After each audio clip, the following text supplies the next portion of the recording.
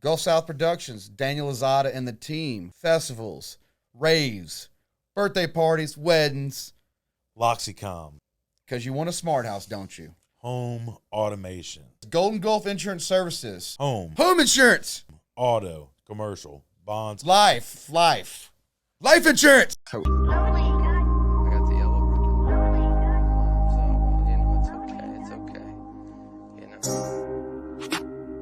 How many times did you sit back just relaxing? Understand movements coming in, yeah, we got the packs in. I don't really wanna see no more traffic. Last pack just came in, let's get it out quick. I had a hard Wanna be okay, wanna be alright. Cologuard, I think. Cologar. Yeah. They could have come up with a better name, like poo in a box. Yeah. I don't know. I do think that it is something that you don't think about. I mean, until something happens to somebody. Yeah, I know, and that's when you start questioning. So. Yeah, we're talking about your health, ladies and gentlemen. Take care of yourselves. You only got one life. You know, so. Definitely had I was seeing a friend of our Addison's dad. I think it was his last name, but Ocean Springs. He had it at 45, colon cancer. Yeah. He was like, after 45, but he said, make sure you get it before 45. Yeah, that's what they're saying, man. Colonoscopy? Yeah. They're saying Have like you now had it's one yet? I haven't had one no. yet. I think 40. That's the age. I have done them Amazon colon cleanses, though. Is that the same thing? I don't know. I just think about like something that you would put in that you would get like AutoZone. You'd run through your gas whenever you. Yeah, that's what I get from Amazon. Is it? Yeah. What does it look like? It's just a pills. It's more of a 2 pills, 8-ounce glass of water. Do you cancel all appointments for the next how long? No, I like the Is it fun bad? of it. I like the fun of it. You know what He I mean? goes, you take it and then you see how fast you can grocery shop before you got to get back. Do your legs fall asleep? Well, I Is it mean, one of those, I'll tell you or right is now, it in and at out? St. Martin when we were growing up, we didn't have doors on the bathrooms, so you learn to use the restroom Quickly. I didn't. Man. See, I'm in there for way too long every time until my legs fall asleep. Yeah. Really? But you remember the movie Three Ninjas? Of course you do. Absolutely. Yeah. So whenever they X-lax the pizza guy Yep. that robbed it, that was almost immediate, right? So that's what I expected from That was a prank we all tried to pull off. Yeah, that's we what all tried to put X-Lax in something. I expected the immediate reaction, like run to the bathroom. Do you remember the names of the three? Of the Rocky, Tum Tum, and Colt? Yeah, I remember them. But I was thinking about the granddad, surfer guys that were the thieves, and the bad guy's attorney. That was his nephew that robbed them. Yes. Do So- you remember Surf Ninjas? Yeah, absolutely. Yeah. Leslie Nielsen. Yeah. That's a great one too, man. What would you go, Surf Ninjas or Three Ninjas? If you only had two, there's only two. Three Ninjas. Yeah, Three Ninjas over. It was something about that dummy that lit up with the lights. Yeah. And then it had the montage with the big Asian guy. Yep. I like the mask. It was the mask. Yeah. Who was your favorite? Colt. He spray painted his mask white. Remember he could camouflage? I like Tum Tum. Tum Tums, well, that's a solid choice. He liked candy. Yeah. And he could still fight. I like the middle one too, Colt. Yeah. Because he was like the cool guy. Yeah, he didn't like girls yet. He didn't take no shit from nobody. No, he didn't either. And they had that thing where he was apparently really good at basketball, Really but good they at didn't show him basketball. do any kind of. Like, come on. It was like he just set Rocky up. But Rocky didn't defend his girlfriend fast enough. That's true. They stole her bike, and then Rocky just let it kind of, oh no, and Colt's like, let's fight him. That's right. And it's like, Colt's the one that chased for the bike. He's gonna do great things. That kid is I gonna. wonder do what great those guys are doing now. Probably Signing autographs at the Civic Center. Yeah, Shout out to Matt McDonald. They're going to be in Panama City Beach at a level 3 tier con. I want to go to one of them. They did I've never prepare. They been. did a job of preparing my mindset for more bullying and bike robbing whenever I was a kid, and like having to defend that. And then as I grew up, I was prepared for it totally. Right? You But trained. It never happened. That movie created more fake martial art teachers than anything. Oh, yeah. Like that's when they really came out, because I remember seeing it, and then me and my brother asked my mom if my mom used to make some of our masks and stuff, and we had full black on sweats and a mask, and we were ninjas. Mm-hmm. And then we begged my mom for a week to sign us up at the YMCA in Ocean Springs, and our sensei had a white ponytail, and he was like really chunky, white-headed guy, and I did it for What was about- his name? Do you remember? No. Did he have American flag jump pants on? No, he kind of Rex Klein. he was built like was it Emerald Lagasse? Okay. But he was white headed. He looked like he could make a good sauce. Yeah. Yeah, kind of like he used to bodybuild, but he could be Santa.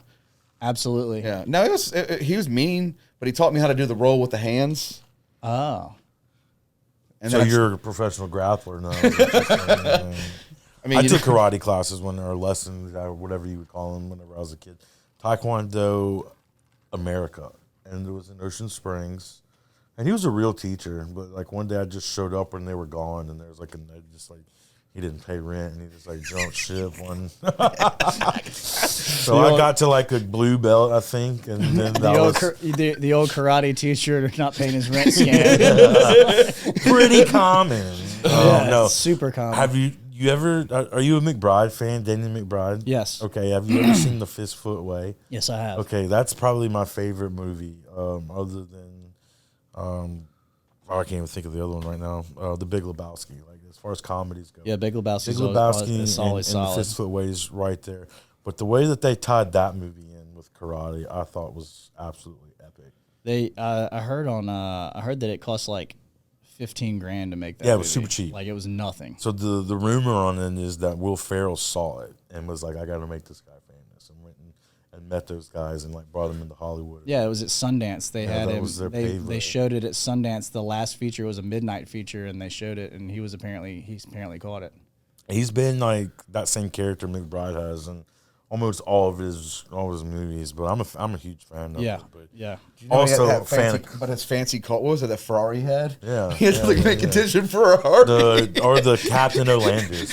It's 2 for 1 crab legs. Captain O'Landers. Jesus. Captain O'Landers was actually in another movie that I saw years later. I want to say it was like a Club Dread, maybe, or what are those guys? Broken Lizard. Yeah, Broken Lizard. I That's want to say it was like in a Super Troopers, Broken right? It was Lizard at the movie. Slam and Salmon. Maybe that, but I don't remember. It might have been. It was the one after Club Dread. Okay, Club Dread was had Bill Paxton as Pineapple. Yes, Pete yes. or whatever. I've seen Coconut that. Pete. I hadn't seen that. You have not seen? No, I wanna watch Yeah, Pretty good. It's worth a watch. Do you like Super Troopers 2 or 1? 1. Yeah, 2 was just hard on me. I didn't like it. That was weird. I mean, you can't really. They tried to like harness the same kind of. There's Super not many Troopers good came out of sequels. nowhere, Yeah. and you can't make lightning in a bottle twice, man. It's hard. It's hard. Speaking of bottles, look, this is a good segue. Okay, That's a good segue. Yeah. Hey, guys, if right now we have a great guest. He has his own podcast. He's from Gulfport, Mississippi. We have Andrew Allen. Hey, thank you. Thanks for having me, guys. Welcome. Bottles up. Yeah, bottled up. Yep. Bottled up. Okay. Bottled up.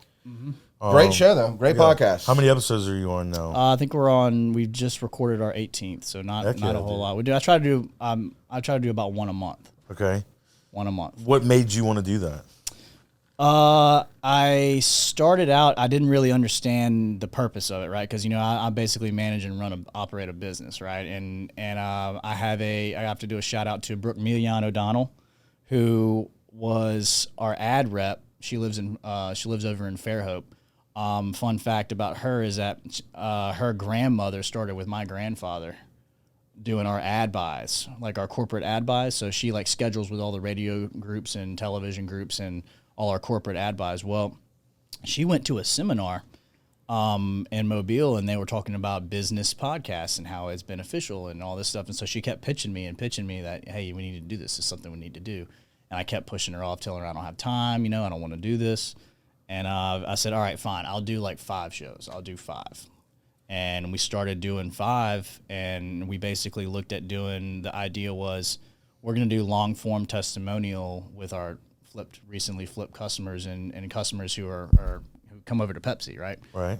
Just to kind of talk about the process of how has it been working with us, explain to me the differences between before and now.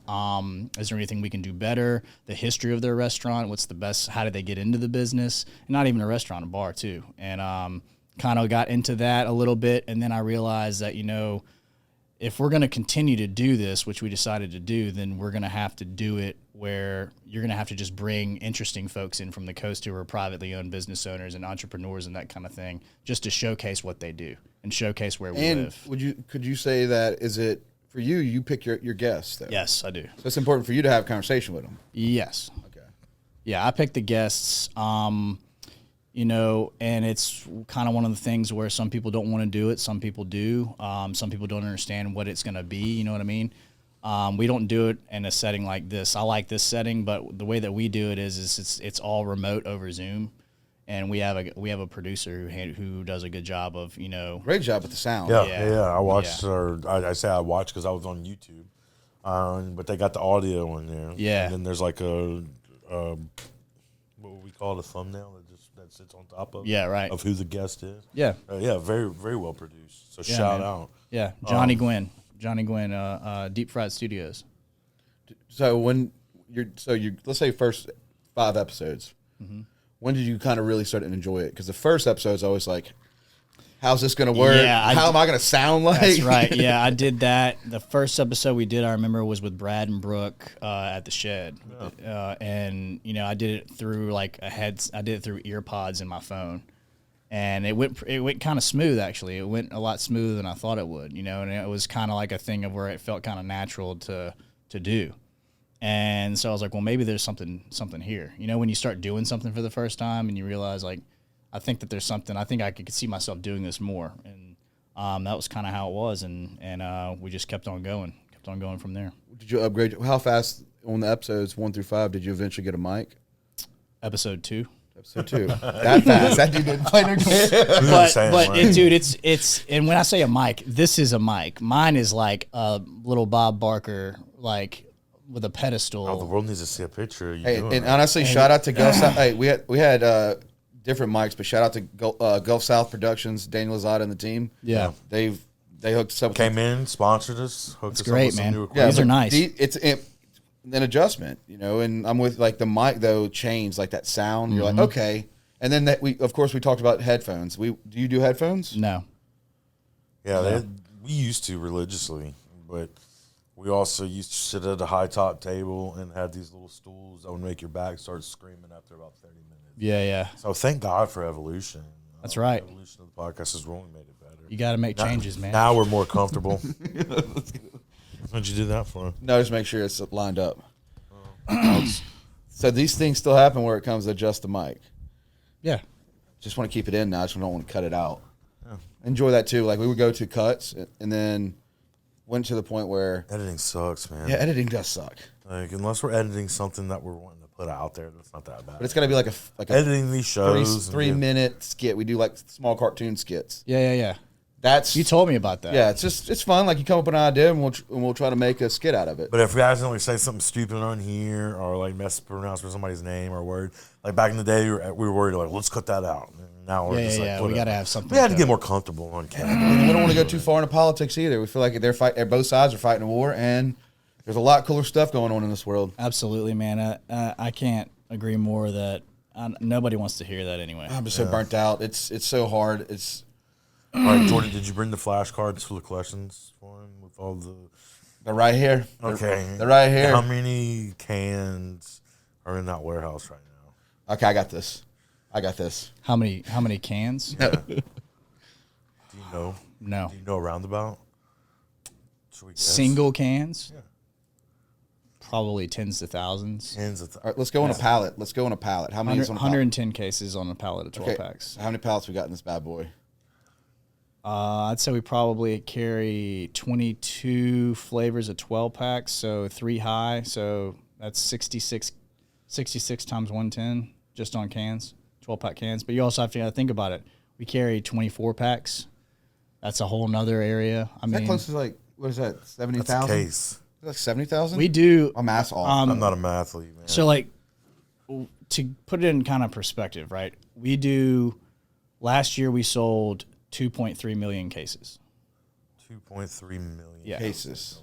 Hard Of cases of beverages throughout our portfolio. Did you go on his website and look at his products? No, let's go over them. I mean, there's 22. Oh no, No, way more than that. no. We sell Lipton tea. We sell Starbucks. Okay. We sell Gatorade. We sell Aquafina. We sell Celsius. We sell. Celebrate. Woohoo! Yeah, we Stuff will have get you jacked up. Man. we have to. We sell. There's Mountain Dew. I mean, there's a lot of products. 19 flavors of Baja. Yeah, they're coming out with. By the way, I just got a note on that, and they're looking to try to make that a year out out him. Is there anything new about to hit the market that we don't know about, like Splurge before Splurge was a thing? Or, You mean Surge? yeah, whatever. Yeah. Starry's new. Starry This is a new Sierra Mist. Starry is new. So take a sip of this. Open this up. It's a little warm, but try it out. Yeah, Starry's new. Lemon lime. I'm gonna make me. I got a Pepsi and bourbon right now, and then I'm gonna make. I got me a sugar, original real sugar Pepsi. That's right, man. It's not made with that HFCS, that high fructose corn syrup. This isn't bad. It's got a Sprite tang to it. Like Okay, so what people have said about that is that it tastes like Sprite, but it's smoother. It doesn't have that bite that Sprite has. So I'm a fan. It's not bad. I'll say the can art's a big move forward too.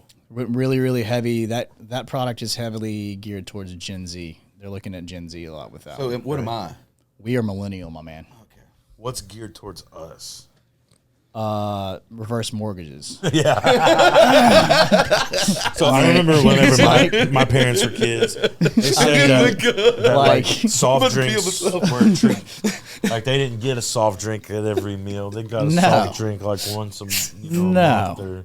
And I remember growing up and we're like blowing through 2 liters like it wasn't no thing. Well, dude, we used to have the pizza party, right? And you had 2, 5, 6 2 liters of all different soft drinks sitting there. And you help yourself. Yeah. They didn't have timers on the vending machines at the school where you could say, hey, I'm going to go to the bathroom, and you could go buy a drink and bring it in class. They don't do that anymore. Now they have timers on vendors and all that. So there's guidelines you have to follow. What do you mean? Like, also the machine will... The vending machine only turns on and allows sales during certain times of the day. So who collects that money? Is it you that collects the money in the machines? It depends on... all right, so when it comes to vending, it depends on the deal that you have with the school or with the customer, right? Sometimes you have business owners who say, listen, I want a vending machine, like I own a tow truck company. I want a vending machine. I'm not worried about making any money on it. I just want the cheapest price for my employees, right? Yeah. And we'll collect all the money on it. Or they say, listen, I want to up the price a little bit, and then I want to make some commission on it, and then we'll cut them a commission check. So you actually own the vending machine? Yes, we own the machine. We service the machine. We repair the machine if anything's broken. And I have a guy who'll come by on a weekly basis to fill it. What's the oldest machine you guys are servicing right now? Like, you got any? Man, we had to get rid of a lot. We have a Ingalls shipyard. We have a guy who we have about over probably 95 to 100 pieces of equipment out at Ingalls. And we have a guy named Jermaine, and he goes out there every single day. That's his whole route, is he fills all the vending machines in Ingalls with Gatorade, water, all that. Have you watched the YouTube channel Quick Play? No. It's a kid that has a vending machine business. That's interesting. He does like claw machines. He does like Pepsi products, but he does like Sam's Club movement. Yeah. But he has these vending machines, and I mean, it's like all kinds of stuffed animals.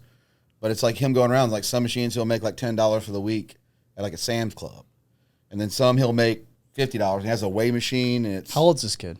I would say probably 25, Okay. 30. It's called Quick Play on YouTube. And I get fascinated watching all this stuff because like he has like an arcade still in the mall, like an actual Aladdin's Castle. Aladdin's Castle. He has the same thing, smaller. Yeah. But it's more like, here's the claw machine with this iPhone or earpods. Yeah, one of those things where you see people use magnets to cheat them. Yeah. Just like, and I mean, Cut the string. If you go to Max, I'm gonna give a shout out to my boy Mac at Max Marathon on Pass Road. Mac has his machine, and he does like the $500, $100 cut the lines. Yeah. Anybody ever won those? I'm pretty sure he posts about it all the time. We had a guy named Chris Ross. He was a route driver who worked for us a while back, and I remember he won $1,000 in one of them. Really? He cut the line for $1,000. You win. Yeah, they had his picture. The reason why I remember is they had his picture up in the gas station across the street from the plant, and he had his Pepsi uniform on. And he's holding that G. You're not allowed. Are you allowed to have that? Huh? Yeah, why not? Okay, I like That's your good style. advertising. Yeah, why not? Listen, man, he wanted to go over there, cut the string after work. I don't care. It's Yeah, not mine. It's not my just fault. don't be in the bars Do you, drinking. are you like HR? Because I mean, of course, it's your company, and do you get more involved with the rules with being HR? I mean, you like them presentable, or I mean, Yeah, I mean, you always want your guys looking good. I think that we need to. We kind of have some uniforms that we're waiting to invest in because I told you that Pepsi's changing their logo, and I didn't want to really like invest. Heard it here first. Yeah, they are. Or second. I didn't want to invest in a whole lot of old logos, and then them change it. So some guys are looking a little raggedy right now, but we try to make sure that everybody's up top. As long as the product's on point, then people will look past. Execution is paramount, right? Yeah. That's what we do, and that's what we strive to do best. Is we're extremely customer oriented. Like that's a competitive advantage that you can actually weigh and that you can flex. Is how hard and how far are you willing to go to service somebody? Dude, You can do that. Yeah. That's a lot.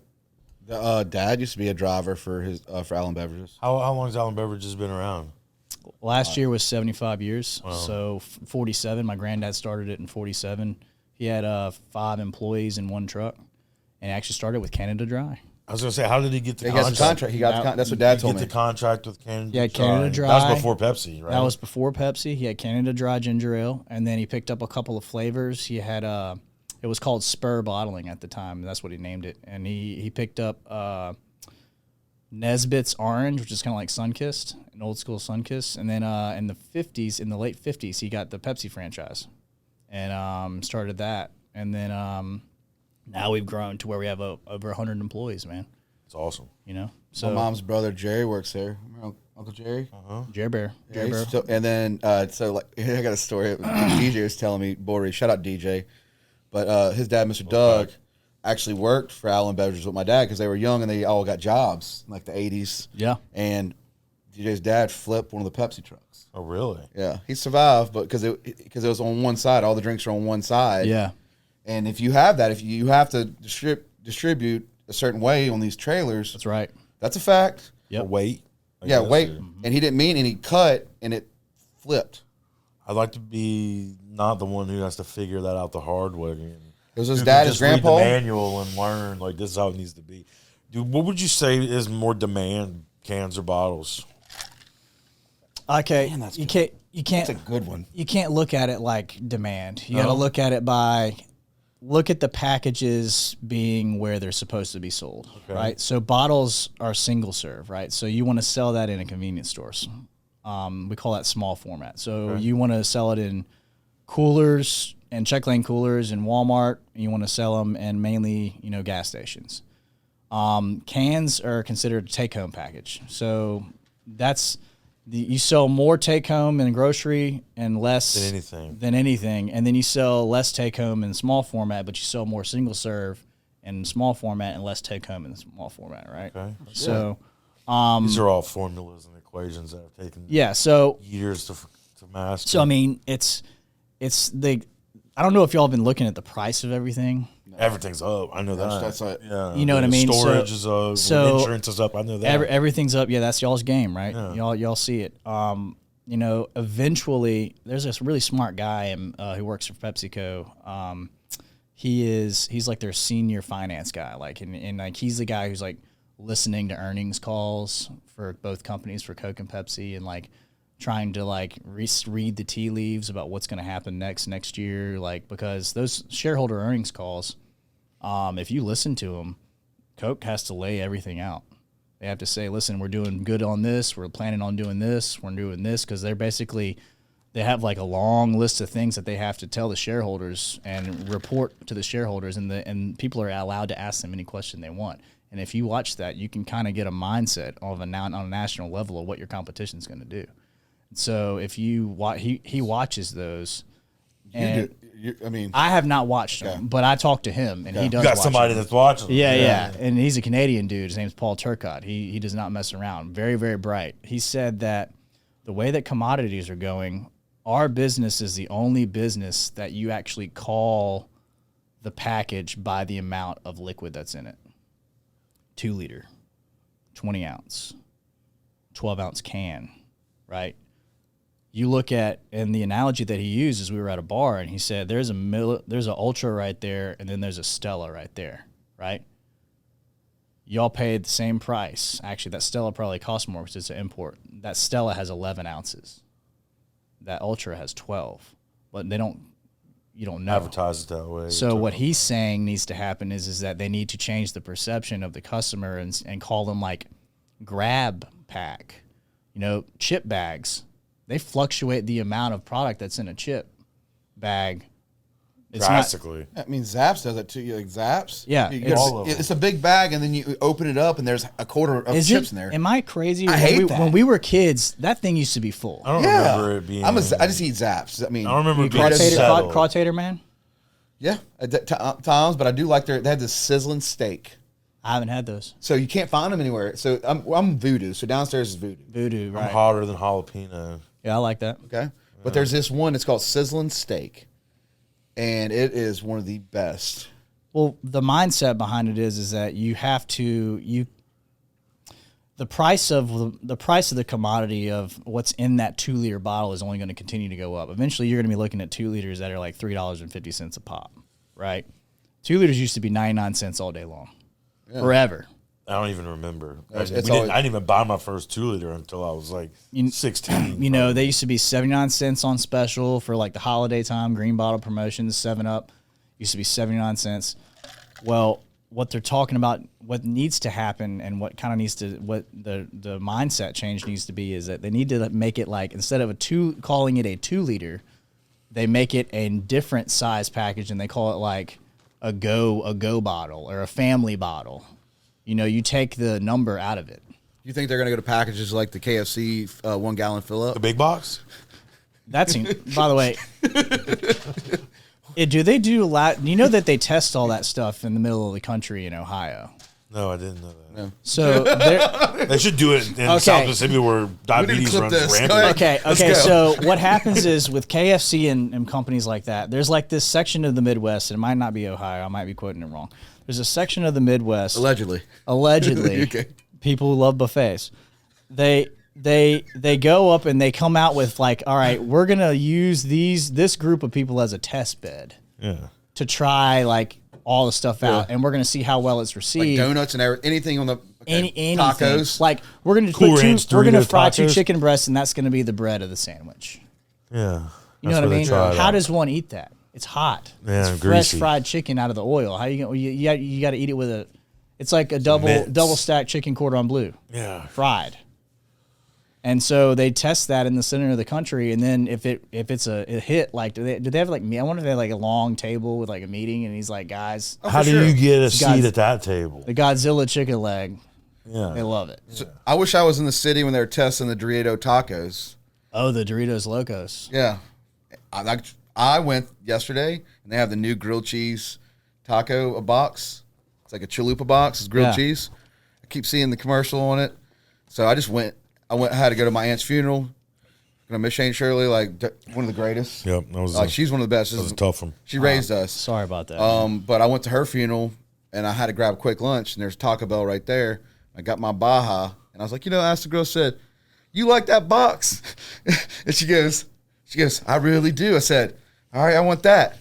And then I caught the cinnamon twist because it didn't come with the box. It doesn't. Yeah. You don't get that. You get a 5-layer burrito, a chalupa, that grilled cheese taco, and then which is always a fan is the little nachos and cheese. Yes.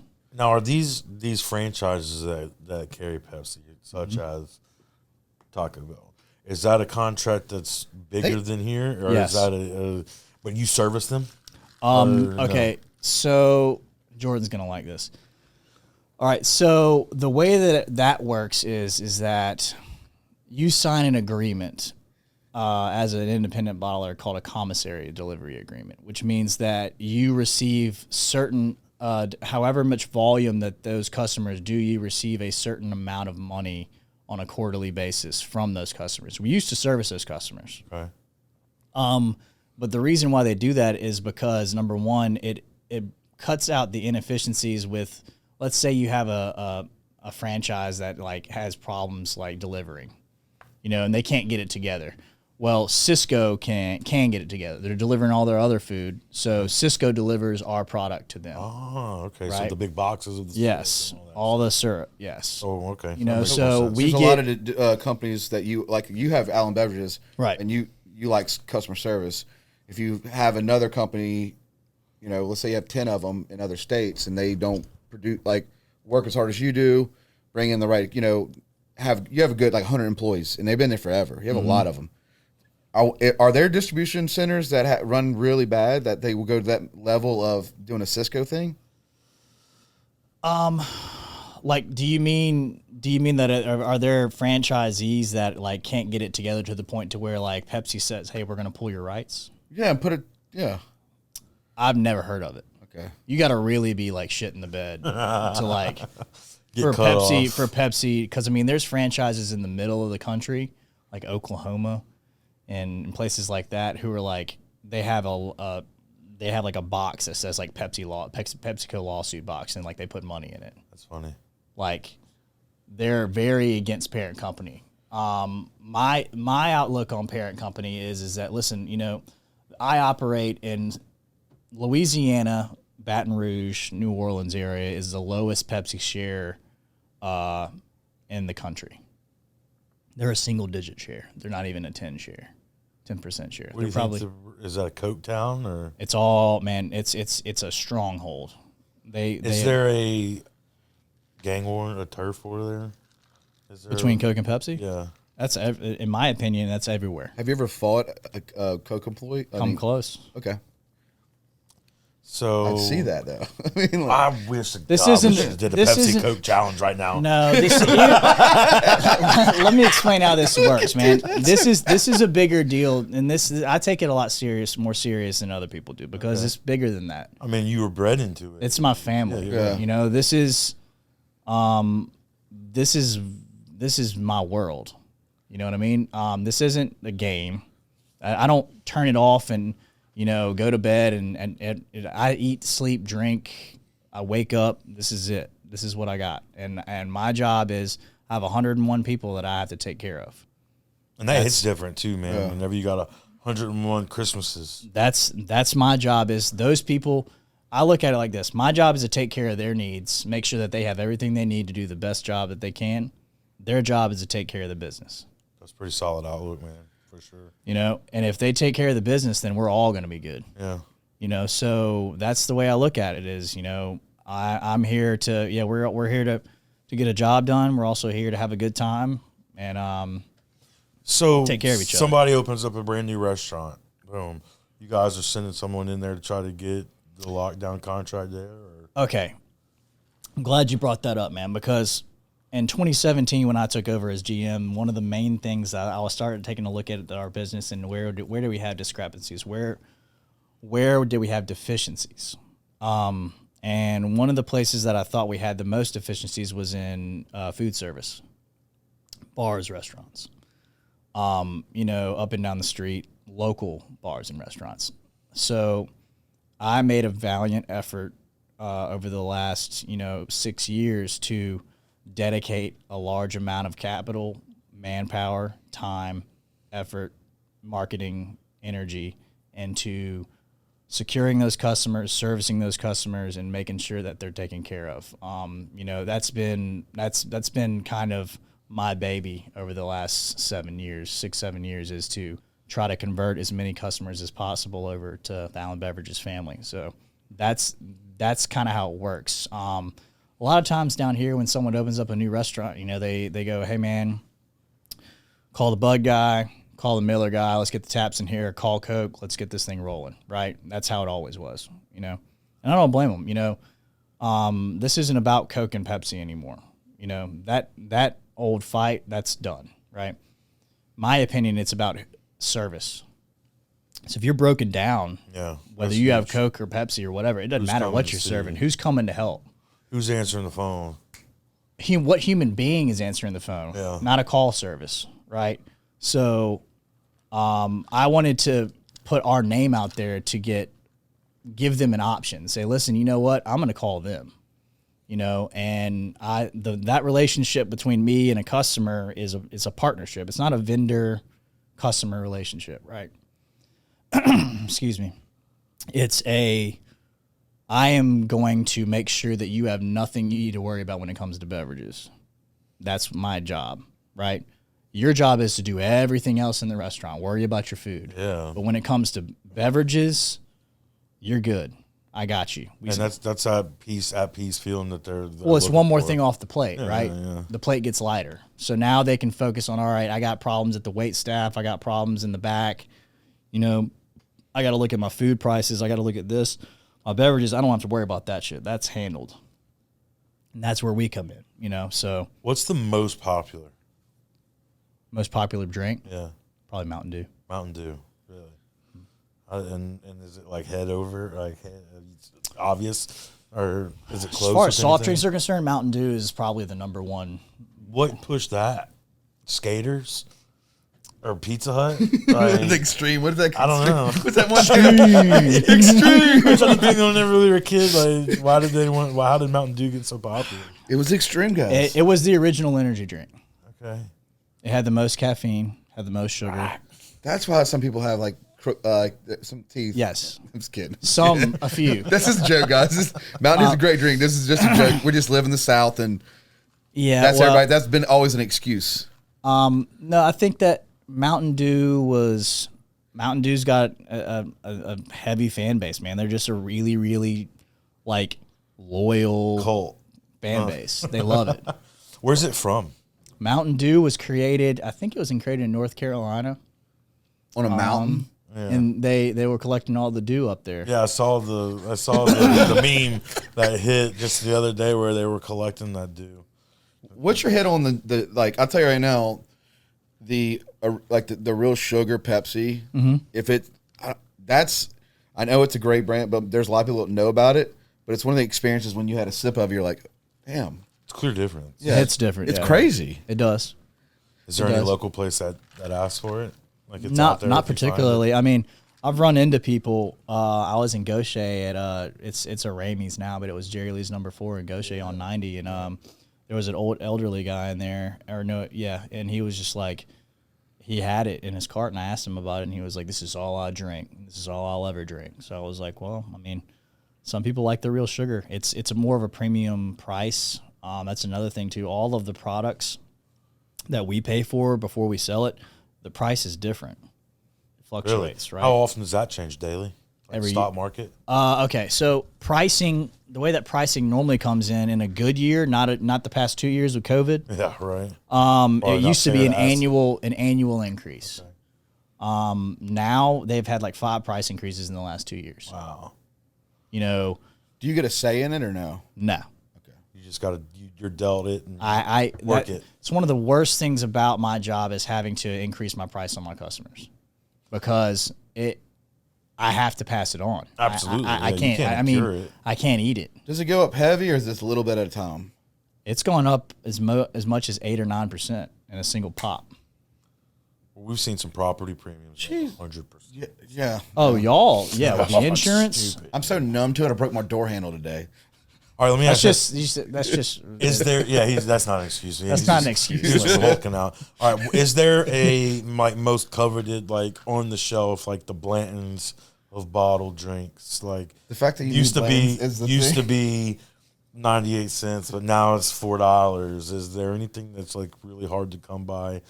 And is that a huge like something that's like holy grail? the holy grail of like pricing. No, I wouldn't say pricing. I would say like a drink that's like not really common. Okay, so there is one thing that we have at the plant that they sent us. Do y'all remember Pepsi Perfect from Back to the Future? No. Oh. Do you remember when Back to the Future 2 when he goes to the future and he goes in that cafe and that guy says he orders a Pepsi and it comes up Yeah. I have that. I have one of those bottles at the plant. Is it for sale? No. And it's probably not, you don't want to drink it. I bet you probably do have some cool like old. I do. I have some old stuff. Like some baseball caps? I have some old bottles. I have some stuff from the Middle East that has like, you know, the Arabic writing on it. I When have did some Pepsi first come out? 1898, Really? It's pretty that you know that are the top of your head. Like, Where's that's it? pretty Where's impressive. it from? North Carolina. Like the full blown. New Bern, North Carolina. So North Carolina is like a mecca of beverages. Yeah, I've been to the store. It's called the Pepsi store. I've been there where the guy made it. And so Coke's Atlanta. Coke was originally Atlanta. Okay, so if you look at it like this, you have North Carolina, you have Atlanta, right? Seems pretty close to y'all though. Right. They went whoosh, like this. Coke swept this way, Pepsi swept up, right? So that's why people normally think, Pennsylvania, all those northern New England areas is really heavy Pepsi, and then the South is more heavily geared towards Coke. What about that old thing where like everybody in the South called any kind of carbonated drink a Coke? Absolutely, that's a stigma. That's legitimate. And then it started to fade out. The more name brands came in, and people actually stuck to the. It was always pop up north. Well, yeah, that's what we always had to fight, and I would get in these meetings, these national meetings, and I would be pleading with him, letting them know. I said, listen, guys, you don't understand. The literal, where I am from, they literally call what we sell my competition. Yeah, everything, even if it's root beer. It's a Sunkist Coke. It's a 7-Up Coke. Like, hey, do you want a Coke? That wasn't me asking, do you want a Coca-Cola? That's like, do you want a soft drink? Right. And I had to like get that in their head, and then I'm glad that that's going away, by the way. It is going away. I don't feel like I'm glad that that's going away. Are your kids doing it? I mean, do they say, Nah. give me a? They're like on that Britney Spears contract where like they gotta drink what I tell them to drink. You send them to school every day with a fresh can. I missed it. Yeah. It's like I saw that your teacher on her form, it says that her favorite drink is Diet Coke. It's like, go ahead and give her this. Give her this when we go in there. My grandfather, and this is a true story. My grandfather, shout out, miss you, Fabian. You go to his house in Cedar Grove, where my grandparents' place was in St. Martin, right off of Lemoyne, and he always had his refrigerator full of beer, and Pepsi. And he was not a Coke guy; he was a Pepsi guy, and it was serious. Like there's always Pepsi in there, and there's nothing like. He always told me. So I remember him telling me, "There's nothing like Pepsi and Pizza Hut." Like he's not wrong, man. That buffet slaps. I mean, whenever I remember and that's a Pepsi. Yeah. Okay, so Pizza Hut, KFC, and Taco Bell are all owned by a company called Yum Foods, right? Yum Foods has I think PepsiCo has minor shareholder stock in Yum Foods, so that's why KFC, Pizza Hut, and Taco Bell are always Pepsi. Yeah. That's why I was wondering like how they got in appointed. Yeah, they're a bigger brand than we know. I mean, for like you said, I'm pretty sure they're heavy up there too in the north. Well, PepsiCo owns Frito-Lay. Yeah. That's our sunflower seeds. And guess what, guys? You can get them on an exit. Exit 50, I'll tell you. Don't tell the gas station. Shout out the Biscuit. We love you. Yeah. But yeah, there's a place where you can get so our big discovery is like we lost. Which ones you like? The Frito-Lay barbecue. We could never find them anymore. So we did a whole entire we have a. I might be able to hook you up with some of that. Yeah, I know the need Frito some. people. You know the Frito people. Well, I called my Frito people, and they told me that they discontinued making. They de-seed them? Not no more. They're back. Yeah, they did tell me that they did at first. Man, you must be hard up on some. It was a regional. Barbecue. It was a regional axe, and they were like, "Well, we did it. It didn't fade well there." And I'm like, "You've been selling them here for 30 years. What do you mean?" So there's me and Matt are super big into the barbecue sunflower seed. Like we eat sunflower seeds, so it was always. I was growing up. It's a guilty pleasure. But the Frito-Lay barbecue was one of them. That was in packs. Yeah. Well, it got so bad where we just started losing them. Like we used to eat them here, and then they just went away off the shelf. So we started doing like an investigation, and our friends started following our show. It went viral. Was what it did because we didn't realize how many people were missing their stuff, their smack. So true. Yeah, true so story. Listen, itching. not all heroes wear capes. Okay. Y'all did the hard work. Yeah. So Sunday, have any. Sunday I'm working, and my buddy Biscuit, Matthew Tibble, he does food service. Is he at Cisco? He's at a food company. Cisco. Well, he sent me a photo. Sent us a photo of where they're at. I was working. I couldn't leave, but my buddy Josh Workman has Butler Homes. Okay. And I just automatically, because me and Josh have paid, and Matt, we've paid $5 per 50-cent packs. For some expired Yeah. ass sunflower seeds. How is it embarrassing the amount that you would pay? Like, let's say, No. No, I don't get embarrassed often. no. I would Do pay. you? I would pay $10 per seed pack. no. Here's the deal. I don't get embarrassed often, but when I do, I hate the feeling. Yeah. Well- I agree with that. Josh was working out he was working out, and he was like, "Are you serious?" He stopped. He left working out, went to the gas station, Just to get them. secured the bag, and said thank you. Got the and that bag. was no. He's like, "This is a real thing." So yeah, I would pay. The most I've ever paid is $5.99 for. We paid $6, the biggest we've ever paid. But they were bigger bags. They weren't like the two 99 for cent 99 bag. So cent I mean, that's a big markup though, Yeah, and they're like expired, half of them. that's like buying beer for minors. Like that's like. Have you ever done that? Have I ever bought beer for minors? Yeah. I don't think so. Been out of 7 years. so you probably saw Shout out to that. Brandon Bailey. Shout out to all those people who are making all those minors' dreams come true. Yeah. Some of our friends I had a have fake ID. I didn't need any. Dude, I looked like this when I my was 12, face, bro. no way. my face too. Couldn't do No it. way. Yeah, I have not changed since I was 12 years old. He was 5'10", 5'11" when he was 12. I was walking into stores buying beer when I Yeah, was 12 he was without that an big. ID. Looked like, you ever seen the movie Jack? It's a real thing. Ah, man, Robin Williams when he passed, that really got me. Yeah, That one got R.I.P. me. Man, that was dude. Hook was one of my all-time favorite. Me too. That's like a childhood. That's a childhood staple. And then like one of my go-to live by moments is or quotes is, "You're playing with this, Peter." Whenever they're doing the food fight, and he's like, "What are you guys doing?" And then all of a sudden starts to use his imagination. And Remember when he says these are his happy thoughts? Yeah. He touches his face. Like, Yeah, it was a very creepy movie looking Is that back little at kid? sometimes. Yeah. Oh, kid Yeah. did. But he was very flexible. I most recently watched the new Peter Pan, And is it? the live action one. Yeah, the one with whose Hook is it? Oh, What's I know his him. name? I mean, Hook We was all a know him. live action too, though. Yeah, we all know him. Yeah, What's his name? he played in Sherlock Holmes. He played God, what's that? Watson? Yeah, he played Watson. Why can't I think of it? Not Jude Law. Talent- is Jude yes, Law. Jude Law. It is Jude Law. Talented, Shit, is it? talented Mr. Ripley. Okay, so during the movie, halfway through, it's very good. It's very on pace with the original cartoon that we grew up watching. Got it. I mean, word for word, almost. Halfway through, I started crying. I look over, and my fiance is laying in bed. She's sleeping next to me. And I realized I'm Peter Pan, and I've been running from growing up my entire life. And it's time to get my shit together.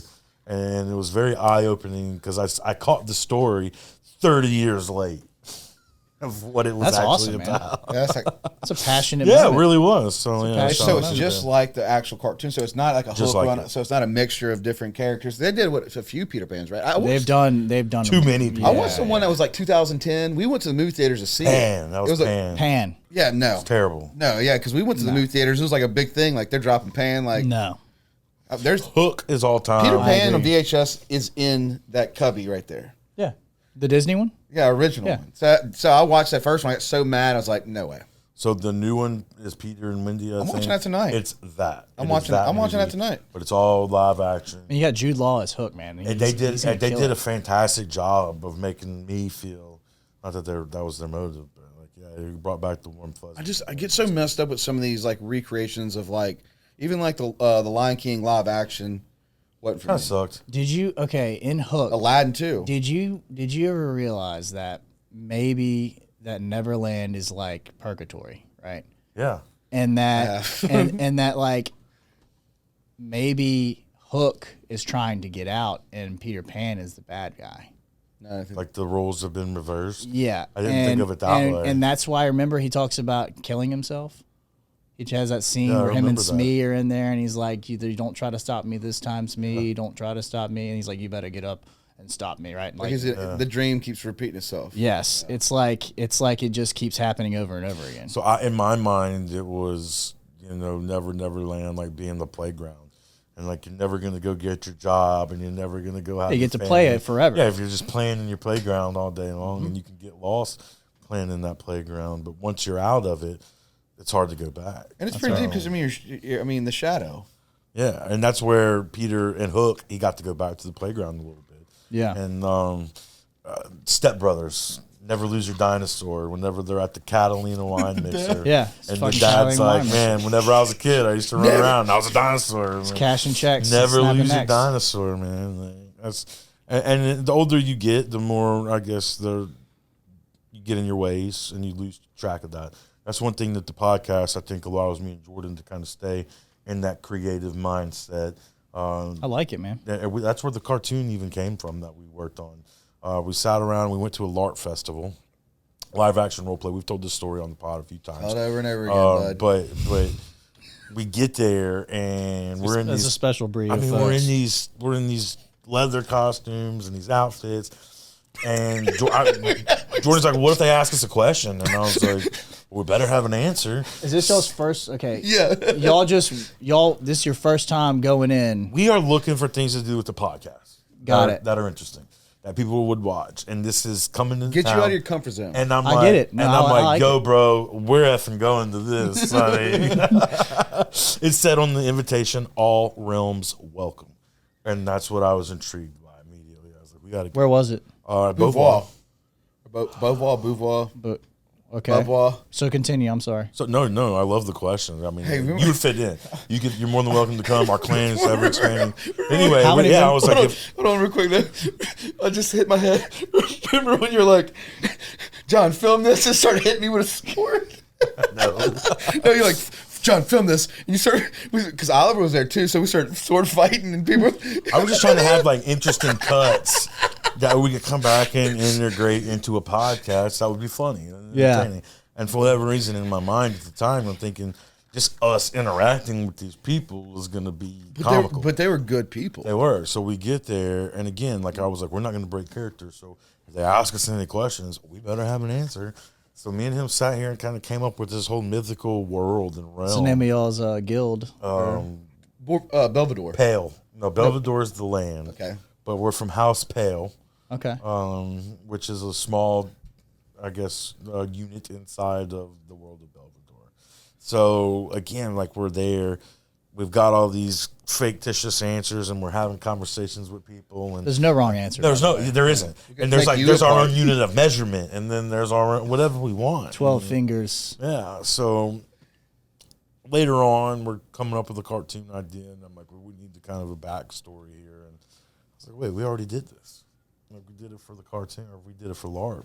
So we just kind of piggybacked off of that world, and that's what we ended up doing our cartoon. So in the LARPing, like when someone casts a spell on you, you have to play along. Yes. We didn't Thank God we looked like a couple badasses where no one wanted any. No one wanted to play They didn't with want y'all? none of the smoke. They saw They the didn't want- Nikes I was wearing. But they were good people. He's from the future. He's a time traveler. But I think they also, I mean, maybe a couple of them knew, like we were doing our show, like knew us. Right. So when we walked in, it's like donations. So we're like, and we're not. And guys, if you ever see us out, and because we do cooking shows, we goof off. But if guys, you ever see us out, we're not there to make fun of you. We're not even there. Like we're just embracing the moment. So we get there, and they were like, what, $2 again or something? Like Matt's, we have our cash, and I think what you gave $50 or $100, whatever. It's just like, hey, and then we just went in, and I think it They took. were so warm and welcoming. Oh, they were About so amazing. experiencing it, right? Oh, Yeah. and, I'd and go my, back. and my son's Yeah. experiences, our girls are experiencing it, and it's like, and they want to know how we played off, and then we just kept going to each one of their spots because there's a guy that makes his own clothes, makes his own. I tried kit. to sign Jordan up for everything that I could, like jousting, bow and arrows, like bird launching. I'm not doing the bird launch with that And guy. I was like, dude, put this because I wanted content. And I What was is like, bird launching? I mean, I say Like a bird launching. falconer? It's not. That. So there's a guy. Yeah, There's a yeah. guy that has eagles and hawks on a leather glove on a chain, and Live? yeah. And the eagle almost attacked a kid, Oh my God. but it a lot of was. liability. You can imagine. But it was so much fun though. It was an experience. I bet you that was cool. Well, then what Oh. we realized, honestly, is that this is a freaking way bigger than you would have ever imagined. Mm-hmm. And there are these festivals all over. I mean, there's a big one over in New Orleans. There's a big one in Baton Rouge.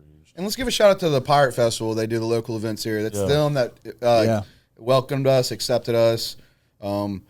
Go out if you really want something different. It's not like a corporate party get together, and you just want to be with your family and experience. It's more of anything goes. Come hang out and enjoy a good time. I would highly suggest take your family on a Saturday and go live your magical dreams. It was cool because most of the little places that we went, they had like something that you can kind of wanna interact go with back. a little bit. It's in the Bay, right? This one was in at Biloxi. Beauvoir in Biloxi. Oh, really? Yeah. No, the Pirate Fest. No, here. Different Oh, Pirate Fest. oh, different Pirate Yeah, Fest. I think. So Is that Brandon's the Pirate Bar? no, Ugly Pirate. Ugly Pirate. They should have a Pirate Fest too. Shout out Ugly Pirate. You've never been to one of these kind of events? Have you thought about it? Like just like being like with Superman. And, I mean, surely you've seen role models. Absolutely. Little Augie. Whispering Eye. Yeah.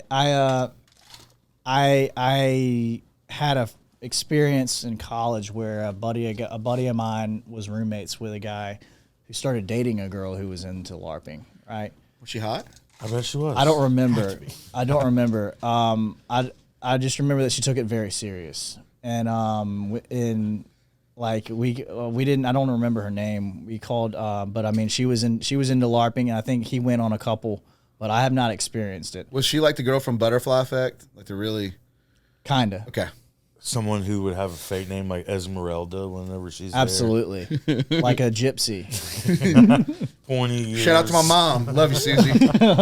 I just remember the video that came out with the lightning bolt, and the guy was telling the little bulb, the pieces of paper, lightning bolt. I think Tosh maybe did something on it on Tosh. Yeah, man, or something Tosh. like that. I don't know what is Does he. he still have a show? Is he still out? I don't know, man. Like he swept the nation there for a little bit. Oh yeah. What's this so hard now? Like, I mean, there was a point where MTV. You remember about this? Like, I mean, it's probably early 2000s, late 90s when Cable One. You're not Cable One anymore, so I'm not going to put you. I mean, people know Cable One. That's right. But they got rid of MTV. Remember that? Where we got rid of MTV, so we lost our TRL, and I mean, we went years without MTV. Because all the Bible Belt moms were like, "This is trash," And they dropped you the WoW albums, the CDs. And VH1 busted loose on the scene. Yeah. Yeah, we had to watch VH1. Yeah, instead. That's what we had to watch. Was that what? And then Celebrity Rehab came out. Was And I that- learned what banging things were. True Life. Was True Life MTV or I think that was. True Life was MTV. Behind the Music? VH1 behind the music. Is VH1 still around? No. I mean, But maybe. Nickelodeon is. I mean, MTV2 is basically like that Rob, what's his name? yeah. All ridiculous. That's all it is. It's like, I like Tosh 2.0. Tosh is way better. oh, absolutely. Yeah. Yeah, but Rob Dyrdek's Fantasy Factory with Big Black, that was the jam back in the day. Here's the deal. Big Black was from Mississippi. I know. And that was funny. That show Remember was the awesome. videos that they used to record where it was The like, Mini Pony? They just had unlimited funds. And yeah, it was like, how and much that's- money can we throw at That's this? almost how I felt about me and Jordan going and doing the LARP thing. I was like, let's go do a Rob and Big kind of set. Do you remember the characters that they played, Bobby Lipe and when they No, they I did- probably do. I just block it out. Give me a little filler on this. It was like they did a music video with Big and Rob, and Rob had on a wig, and his name was Bobby Light. That was the And blonde-headed, the blonde-headed like, wig. Yeah, I remember it. And like they actually recorded and like edited a music video, and like Big had like on. I think Big had a wig on too. Yeah, I remember it. That guy passed He away. did. Yeah, he passed. It was probably like 10 years ago. Yeah. Or maybe not quite that Did you long. do that anymore, though? Do what? Like, imagine having a fantasy factory and having cell phones that can go stream to anything now. I would love to have a fantasy. I mean, I think you could. Matter of Why fact, wouldn't you that's be one of able my to? goals in life is to have a fantasy factory somewhere where we can drive scooters and go karts. We're getting there. We're getting there. I'm sure that on a slow day, you guys could probably have enough space for a fantasy factory. I wish, not Yeah, anymore. I mean, with some empty, you don't want empty warehouse space. Though. You want that No, we expanded. We expanded end of 21 into 22. All of 22 finished at. I think we finished at the end of 23. How many square feet are y'all dealing with? I'm thinking we're at maybe around 60,000. Really, that's impressive. So the architect behind that building is one of the coolest buildings. It is unique. It is Yeah. up front. Because you don't even know it's that big. I mean, it's got this very modern. What year was that building? It was built in 87. So it's got a very like. Made out of concrete. Do you remember going up there when you were a kid? I do. And seeing like the construction site and everything? I don't remember. Man, I was Two, 1 probably years one, yeah, old. yeah. I was 1 year old. But in surely 87. that had to be a huge. I remember going momentum. up there as a kid and when I was like 4 or 5, you know, and there's a fountain in the front. I remember running around the fountain. And my mom telling Fountain me, that just shoots Pepsi. yeah, we pour all of our we pour all the out of date Pepsi in there, and then like it's a yellow jacket farm is what it turned into. but no, I remember my mama yelling at me, telling me to get down. You're gonna fall in the fountain. I don't want to have to mess with that. Smart lady. But yeah, man, I grew up going there, and the fun part about it is that there's a lot of the people who still work there were there when I was a kid. Saw you come up. Mm-hmm. Yeah, probably respect the shit out of you for being in there, and you respect the shit out of them for. Oh, oh no, I love them, man. It isn't, and I'll tell them to their face that I love them. You know, it's bigger than work. You know, it's bigger than just a job. You know, and that's why I take it so serious. Is that it's my livelihood. You know. So tell us about what do you do for fun? Play video games, play drums. What's your favorite video game? I don't really have one right now, man. You do heist on GTA. We do it every night. I do not. Okay, here's the thing. I don't do any. Do it after you leave. I don't do any multiplayer. I did play GTA 5 though. That's what we're playing. So it's a heist. So we all. Yeah, I've seen it. I've seen on it. PS4. You can. Who's the wheelman? Yeah, probably me. He's You're the wheelman. Yeah. You know, I play a lot of single player stuff. It's kind of like what I do to decompress. Same. And unwind, you know, like I make it 3-4 hours a week. Yeah, you know, same. just Friday night, Wednesday have a night's couple my beers. Night. Yeah, you know, like I'll sit back, you know, I'll put the kids down. Are you on PS4 or PS5? PS5. Can he play with us? Yeah. Yeah. Yeah, because Garrett plays. So- you should definitely play with us on GTA. get I'd our- be down. get synced There's a up. casino in it, and like we So don't do the only anything. reason I play, We don't do honestly, anything. is to get on the headset and hang And out talk with the shit. homies. Yeah. Not even talk Yeah. shit. Just hang out with the homies. Because like you don't get to see your friends every day anymore. The older you get, and No, I'd be down. Have y'all seen the whispers about the GTA 6? yeah. And like it's supposed to be like a love thing. The biggest, I didn't see that. Yeah, I just see I that read it's this the last biggest night. brain Yes. of any video There, game. there's rumors that they're going to put all maps into one, all cities into one. Kinda Is that crazy. possible though? I mean, I think. that's massive though. When these new downloads like that, I I did get see. sick and I tired did of see driving that. for 5 minutes just to do anything. But like I will putting say Vice City in there, like San Andreas and all. I mean, Yeah, I mean Vice City, San Andreas. I mean, and what's the one? What's New York called? It's the one that was GTA 4. Vice City's Miami. I'm gonna mess that up. Yeah, I don't know. We need Garrett here. San Andreas. San Andreas. I No, think. it's not San. It's Los Santos is the 5, so it is San Andreas. Is it San No. Andreas? No, it's New York. It's one. like something- New Liberty or something Yeah, like that. New Liberty. Yeah. Yeah, New you're right. Liberty. I just downloaded it. Yeah, that's the one where you play the like the Slavic guy. The taxi driver. Yeah. Yeah. It's too many of them. What else did you play? We're on Fortnite too. Don't really get down on too much multiplayer right now. I just finished up. I played the latest Final Fantasy game. Oh damn, your RP like is it RPG? No, it's RP. It's a Roll something. It's an RPG game. Yeah, I played that, and then I'll play. It takes me like a month and a half, 2 months to finish a game. You know, just single player. But I So played. you're getting your bang for your buck from them. Man. Absolutely. Those bitches are expensive. I know. Yeah, they're not getting any cheaper either. But no, I mean, I do that to kind of decompress. I like gardening. Oh, yeah? You got a garden? I plant. I have a lot of plants. Jordan's yeah. got a garden. I have a lot of plants. Yeah, me and you talked about Yeah, that. You I got some habaneros before you some leave. peppers. Yeah, I get you a container. I got it. Yeah, we bring got so 'em- many of them. You bring got 'em on, some, man. You got enough? Oh, you good? You need more? No, I'll take. Actually, I bought 2 yesterday. but I really like plants a lot. What kind of drums know, you play? I haven't played in a while, man. To be honest with you, I have an electric kit, and I have. Do you wear turtlenecks when you do it? Do I wear turtlenecks? Like when you're banging electric drums. No, it's what do they call that? Where it's just the turtleneck? Yeah, just the A sleeve. dickie. Were you in a band? I was not in a band. I did play some gigs in college. I played our buddy Gray Reno. I used to play with him. Hey, shout out Gray Reno. Shout out to Gray Reno. Trying to get him on the couch. I used to play with him a little bit. I played with remember Roscoe Bandana? Yeah. I do remember Roscoe Bandana. I played Jennifer. Jason Sanford. I played with him a little bit. I played with a buddy, Justin LaFramboise. I played with him a little bit in college. I got them saved in my library. Jenny. Yeah, Jenny. Yeah, so me and Jenny used to hang out all the time when y'all were. That's when y'all were like. I love. Oh, I never played with Roscoe, but I played with him before he formed that band. I played with him, just messing around. I was always like, I'd have my kid at someone's house, and like they would have people that would just come over And jam out. and we would just jam. Yeah. Do they have like a bunch of different drum sets? We have a drum set that was donated to us. What is that? Thomas. Thomas? Yeah, it's good drums. I had a Pearl. I have a Pearl acoustic set. Really? So Pearl's like one of the. Pearl's, I mean, Pearl Tama. I mean, there's different tiers of like. I think like you can get like a Pearl regular kit that's just like a standard kit, but then like they have like additions that you can get that are like the higher up additions. So They're making badass customization. do you feel like you would could you do jingles? Like play the drums on a jingle? Like make your own Allen Beverage jingle with your drum set. Probably. That'd be dope.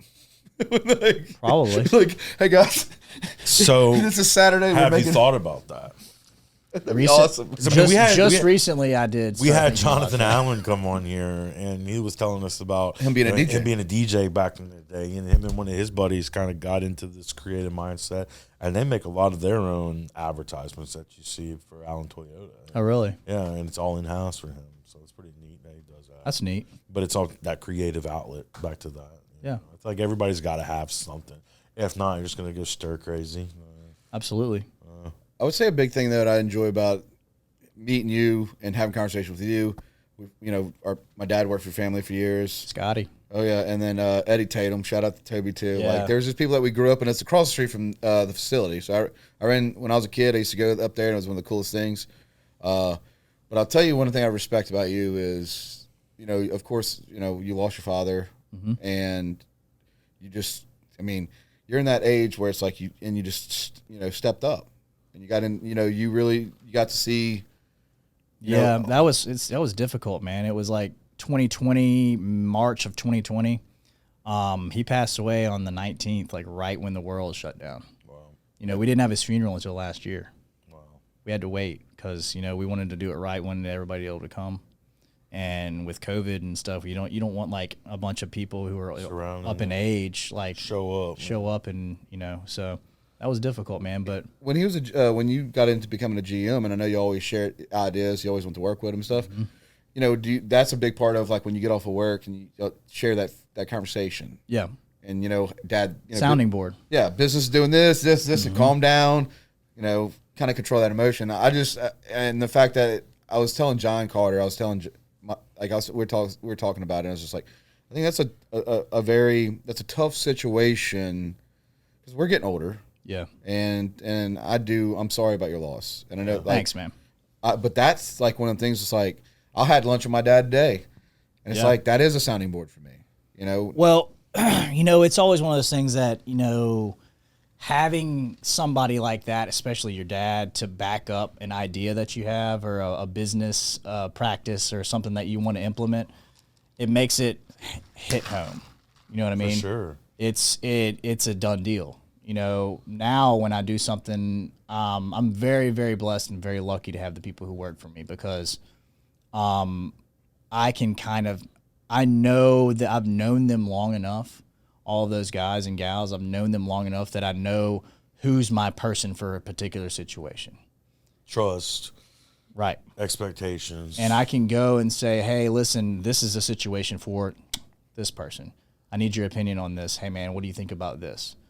My warehouse, for instance, my warehouse guy, Curtis Vick, shout out to Curtis. He is a good sounding board for certain things. He manages my fleet. He manages all of my warehouse ordering. He's basically like my on-premises guy. Anything that deals with centrally located with the building. I'm really blessed to have my middle managers, my supervisors, all the people who work for us. I can't ask for a better team, and like I told you earlier, my job is to make sure that I take care of those people. I have an obligation, to them, to their families. And that's what I go to work every day, making sure that I can fulfill my obligation, So So whenever you were younger, did you kind of work a little bit in each different location? Yeah, Did you so- shadow your father? Okay, so when I was 12 years old, I all remember being 12, living Barely. down here. We used to ride bikes, get in trouble, go into other neighborhoods. You would ride into like Get foreign, kind of dark. yeah, foreign neighborhoods, and you would be like, all right, we're gonna start throwing shit in the street, like that kind of stuff. And when I started getting in trouble after school, my mom was basically saying, he's bored, he needs something to do. So my dad was like, well, I'll give him something to do. So my dad used to take me from school to the plant, and I worked at the plant every afternoon after school when I was 12. Started in the vending department. I was sweeping up, and it all starts with a man named Andre Davis. Do you know who Andre Davis is? It doesn't sound familiar. You know Brennan Roble? yeah. His grandfather, or his great uncle, is Andre Davis. Okay. Andre Davis was my supervisor and my boss, and he was like my mentor in the business. Right on. Right? He was the guy who was over the full service department and the vending department whenever I worked there. So he was my boss, my direct boss. He taught me everything about the business, hands-on. He's like a father figure, right? So I started when I was 12. I was sweeping up. Then he taught me how to do like Vendo body work. Basically you're just doing body work on vending machines. Like we had one time where we picked up the tobacco store right there on Washington Avenue, Smokies. Yeah. You know where that's at? Yeah, double stop, one star. No, Shout out to Bunky. Oh, it ain't that. It's Bunky. Yeah, yeah. Yeah. Ginkgo Someone broke liquor. in. That check cashing place next door, right? Yeah. This was like 25 years ago. Someone broke in there, the check cashing place, and they used a saw to cut through the wall to get into the tobacco store.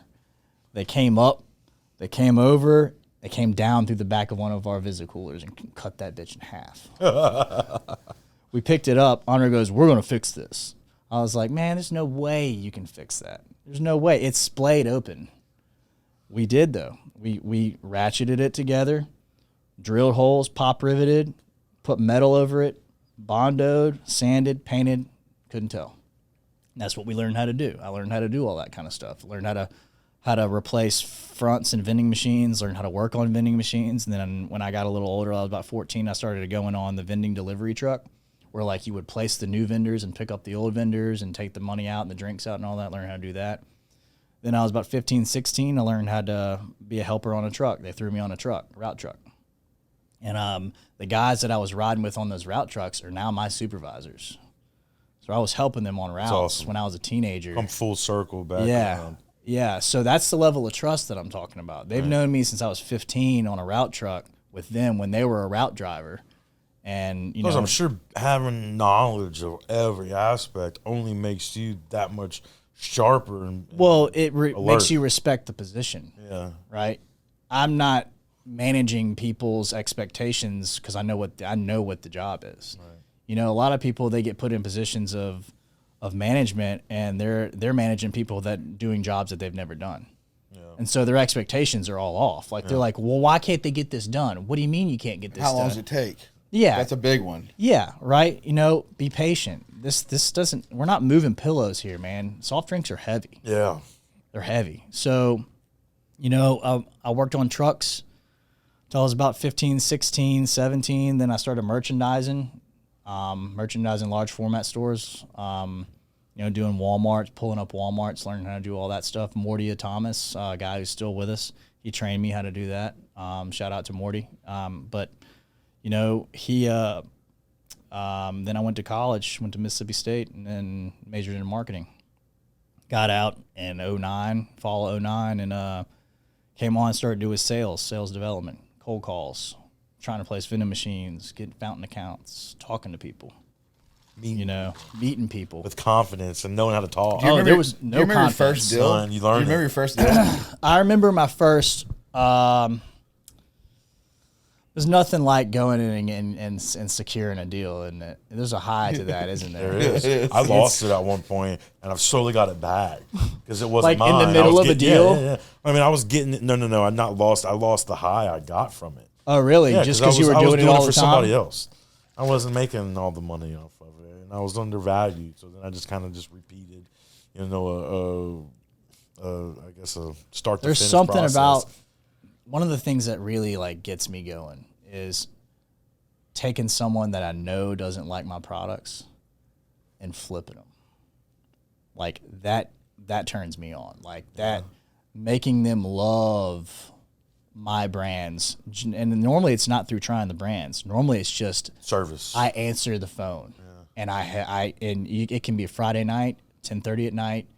You know, Matt over at the cannery is calling. Hey man, I'm down. I got a guy on the way. He's on the way. I need you to feed him some wings. And he's done it. But he's coming. But he's coming. You know, that getting someone to. I love how you threw in. You got to feed my boy. Well, no, I don't ask him. He does that anyway. He's done well, that I know, before. but I mean that's kind of cool though. You're like, hey Taking man, care of your people. Yeah. All right, but what's the break room look like at Allen Beverages? Is there Small. like a Mortal Kombat machine in there? Dude, I couldn't do that. I wouldn't. Listen, you got to limit all that kind of stuff, man. Yeah, I you mean, want 'em I've had working. conversations with my warehouse guy, like a Mortal Kombat arcade machine in there. let's do a whole podcast. Let's do a whole show just on his break room. Yeah. It's just, man, it's a small room. It has a little kitchenette, and then like vending machine, like some. Do snack you vendors. charge them for drinks? Water? No. Free water. We do charge for like Mountain all The kinds of premium other stuff. drinks. Yeah, but it's like It's a discount. It's 50 cents. Dews. Yeah, which you will still never the find a 50-cent vending machine anywhere. Dude, I had to again. raise it to 50 cents last year. I was losing money. It was still at 35 cents forever. And I started, and like one of my guys was like, hey man, you do realize that like we're losing money on that machine, and we have since they price increased this like last time. And I did the math. I was like 35 cents, 24 times. Yeah, we're losing. Are you doing 24 ounces? No, we don't do 24 ounces. So that's what I see some of the Coke products. I think it's aggressive for me on the shelf. Like if I look at any product, I won't even look at the bigger products because like I look at the root beers, Dr. Peppers, and I see it's just like I'd rather just go grab a 2 liter. Do you buy shelf space or cap space, like in shelf caps or whatever? Or is that how do you get that? Like Retail. Yeah. You mean like how do you allocate? How do the customer allocate the space? I mean, Walk yeah, into you walk into Walmart. Winn-Dixie and Pepsi being before Coke. Okay, or, each customer is different. Local customers, you would have a local deal with them about how much space you get, right? And that can be cut up any way you want to cut it. It can be, through a handshake deal. It can be through a certain level of discounts. It can be through a CDA agreement, which is a customer development agreement, where you pay them a certain amount off per case, quarterly, biannually. Each deal is a different deal. It all depends on what the customer wants to do, right? And that's one of the things that you get with us is that you get that freedom of let's have a discussion about what you want to do, right? and I'll try to get you as close to that as you can. That's pretty solid. You know? Yeah, but it's not fair though on some of that market space on a lot of these bigger corporate things. Like Yes. No, you're right. because there's some of that shit like you go to like your Walmarts and you're like it's right in your face. Stop putting it in my face. I might get one of them and I'm like no, this is. Well, you see the checkout aisles, and like one checkout aisle might have a mug root beer and some Pepsi products, and the next one is going to have the Coca-Cola. Well, and Coca-Cola Walmart's products. a completely different animal. Is it? Yeah, I can imagine it. Is. Walmart has become our largest retail customer. I feel like there's probably that. Have you for been a to lot of Arkansas? people. They own that whole entire state. I've never been to Arkansas. And I know Arkansas- I've been to Arkansas. I've never been to Bennetville. That's where they're at. Yeah. They're out of. I mean, they're just so big. I mean, at some point you would think they would slap them with a monopolization. I mean, they've got their own RX now. I know. It's just absolutely crazy to me. I know. They have their own banking, I think, don't they? Yeah, the Do they? Woods Yeah. Forest Bank. Yeah. Wood Forest. That's yeah. actually theirs. I think so. The ones that push you every time you walk out. Yeah. They push you? I mean, Are yeah. you getting pushed at the store? when you I've go? signed an account up before. I got caught. Oh, so I got a Wood Forest Bank account when I was in Oxford because I had like a check that I needed to cash, and they didn't have Hancock Bank up there. So this is before I. Okay. So out of convenience, you filled out the paperwork. and then neglected it. And I think I had money in it. I don't know what happened to it. They started charging fees. Like Yeah, he has surely a I owe 'em. negative. I probably owe them. Should we call 'em right an now? arm and No, leg. it's probably- I'm it's- scared to. What do you think? default It's like a library Something card tells penalty? me by the people who work there, they're not operating by the regular banking laws. No, of I think they make America, commission on like how many people they get signed up. It's like the direct TV of They banking. could, that, so the DirecTV guys got to stop. Like the DirecTV Oh, and guys Sam's. Yeah. anywhere. Anyway, Anytime I'm you- not mad at them. They're just But it's just hustling. too No, much. no, I respect the hustle. yeah, I'm very respectful to them too, man. It is. Dude, what do you use? What do you use? Jumper Fire Stick.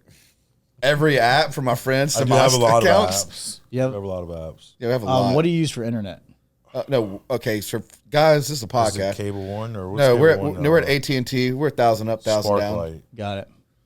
And you have AT&T? C Spar. It's still fiber. They did. Life They changer. did just switch to fiber. It's good. It's I didn't have any issues. It helped. Well, we had to move to it because, like, when we were doing live shows. Yeah. we yeah, would start yeah. to buffer out. Oh, I can imagine.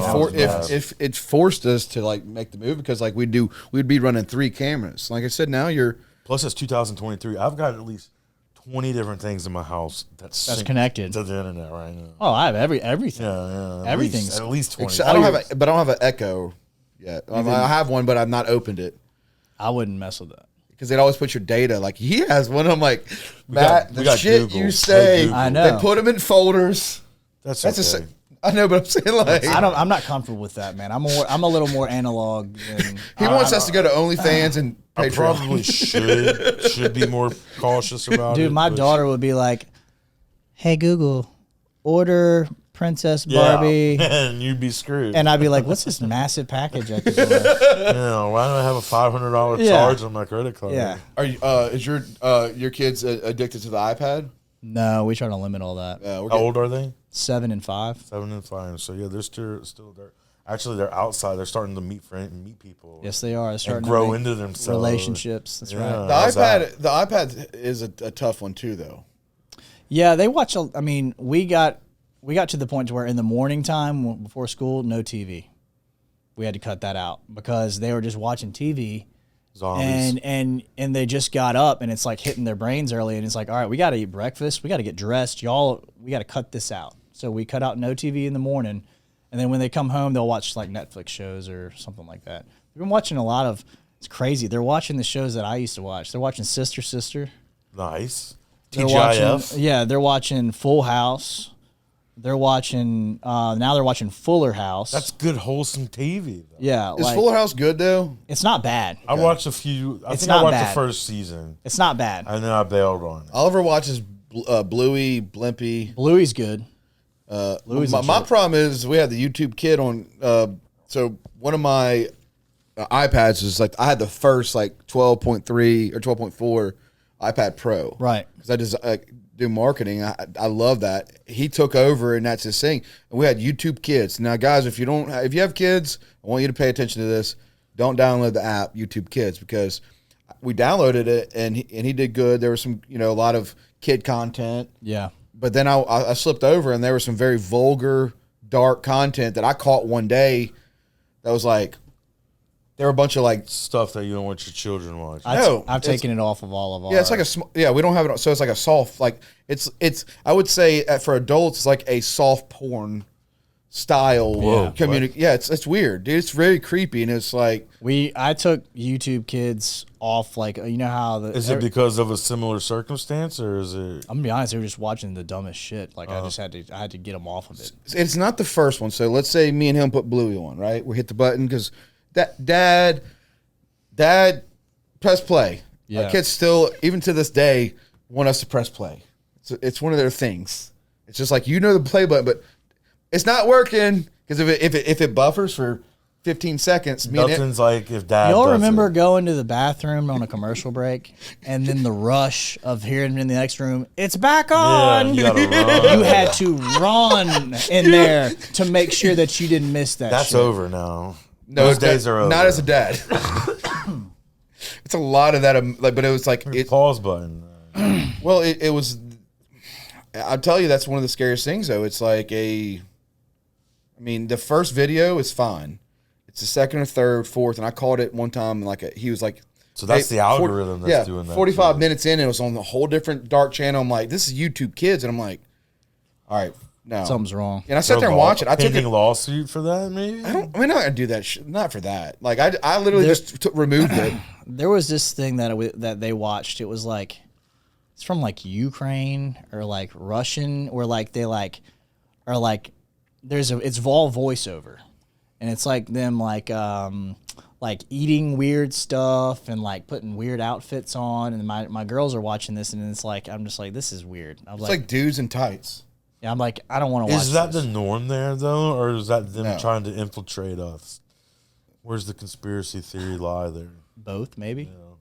I don't know. World's a weird place, man. Very- will I, say that. I would not have your kids on YouTube Kids, and I think that's why we started doing limiting on the iPad. Yeah. And doing more Legos and other things because it's easier. Honestly, if you're a parent, it's so much easier to like here, just take the iPad. My girls like to paint and draw. That's super cool. My youngest really likes to paint and draw and color. Like that's her thing. Like she started doing, as you imagine, y'all are doing the kindergarten homework, right? Yeah. And after she does the homework, she wants to color all the homework. How about her sight words? She's killing that. She's knocking them out, my man. Okay. She's knocking them out. Oliver's like painting and color, and he does a lot of shapes. The problem I have right now with Oliver is he likes the big boy scissors. Got it. Like the kids' scissors are not like They're not adequate. Yeah, and he cut his finger the other day, and I mean, I don't want to panic, but also want to say, hey, like. He needs to learn, yeah. Sometimes you gotta let him cut himself, just not all the way off. You need all the. But he's like cutting out stuff and making books. He's going, Dad, made you a book, and it's like a map. He's like, Dad, here's a map. That's really cool. Yeah, so he's like really making things. Like I think a lot of the stuff me and you've done with him because like, you know, I have brothers. Right. Matt's an only child, but Matt's like my brother. Right. And we've been friends since we were kids, and so I think a lot of like us doing LARP and us doing stuff. So he's very magical, and his mom's a big Harry Potter. He's playing. Like, he's Yeah. got that Yeah. imagination. He's got an imagination. Go down right there. He's got you a map made. Which you don't see a lot of it anymore. People don't instill that. Like, No. I mean, you see these parents, or not just parents, but just people going through the motions, and sometimes they forget, to stop and smell the roses, and that's where creativity comes in. Without an imagination, there would be no Pepsi Cola. Without an imagination, there would be no Mountain Dew. There would be no such thing Caleb as a Bradham. podcast. Like, yeah. So That kid's gonna. I'll watch Oliver. We gave him a camera for 6 months ago. So we have old cameras, these cameras, and he takes better photos than some of my friends that are wedding photographers. And like I love them guys, but like I really see a kid that's like, I mean, his speech is that's been a battle too. Speech is because he has a temper here, and I brought that up a little bit, but he has a temper here with his speech. Right. I mean, I was hooked on phonics kid. Yeah. And it was funny. Who made a joke with me and said that, the funny thing is people don't know what you're talking about. Hooked on Phonics was a class, like a special class you had to go to because you couldn't do say they not have Hooked on Phonics anymore? I don't think so at all. It works for me. It works for me. You could buy the pack. I mean, Yeah. there was Now it's Rosetta Stone. So one of our. That's just languages. So you know how much we run in each other though is, me and Matt did a Christmas album skit where we dressed up, and this is during COVID. Christmas special. And it was all music. And We were trying to do commemorative. commemorative plates first. Commemorative plates. Yeah. If you call now for That's $99, where it started. Oh, y'all were gonna do like an infomercial? Yeah. No, so we did. We did with the sound. And then it kind of Oh, shifted. We actually put God. the graphics up too because we can do that. We did a there was in the Votech in high school, there was a video that they did where it was like little vignettes and like skits and stuff, and one of them was like the narrator of the piece was like one of my buddies, and he was sitting at his dad's house, and his dad was an eye doctor, so he had like this massive library with like a big fireplace and like a really high back chair, and he has like this smoking jacket on, and he's sitting there, and like the fire's crackling over here, and he's like you can hear the audio, and he's like yeah, and and like he's the guy who's like introducing all the bits.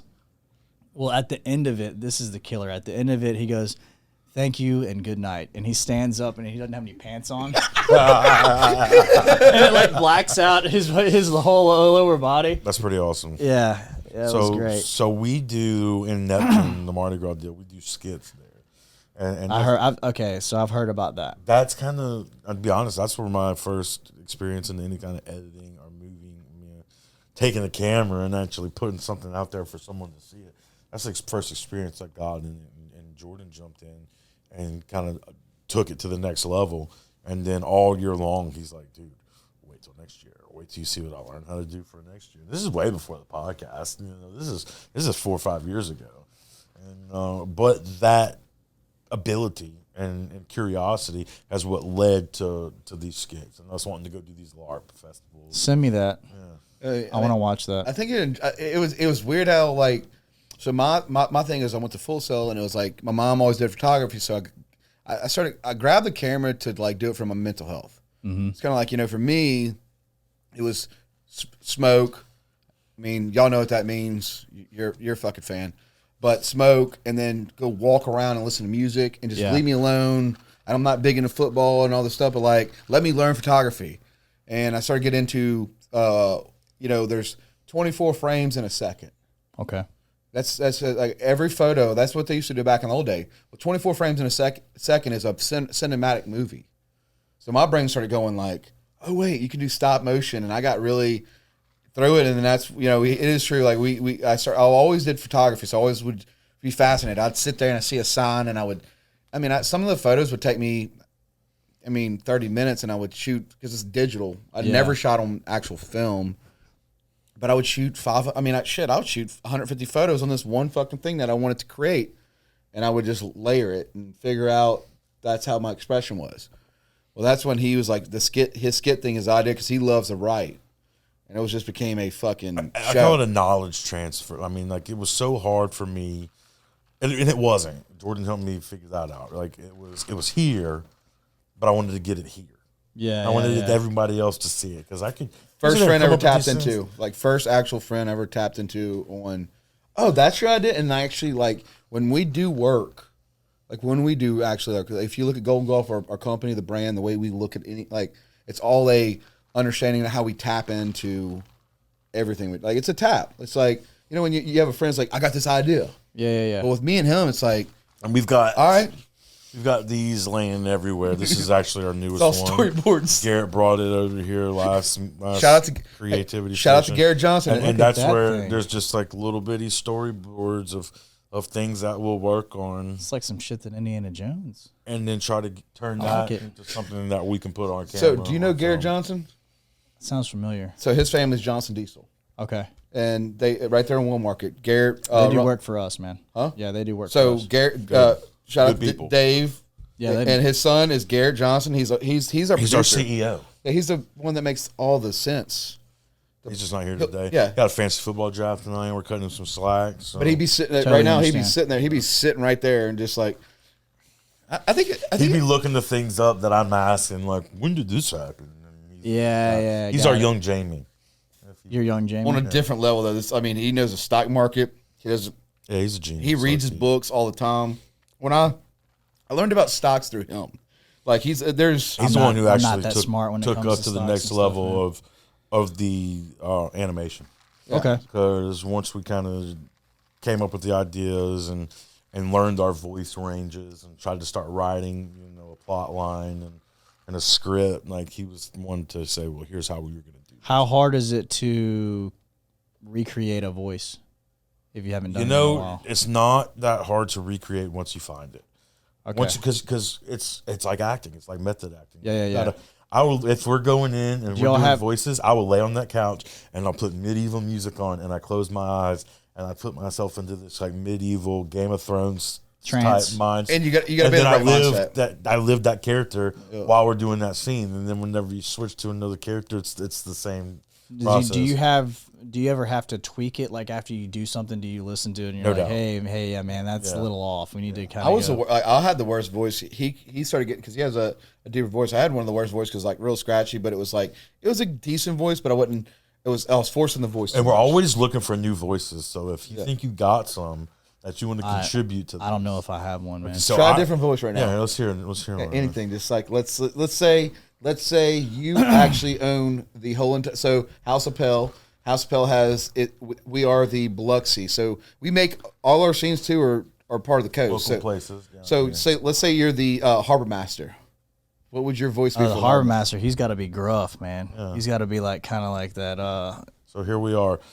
Scar and Toro is our names. We just pulled Wait, up what? on Scar. I'm Scar. He's Scar. I'm Toro. Toro? Yeah, and we just pulled up on the boat. Let me ask you this into the question. harbor. This is And going to help here's- me. Let me ask you this question.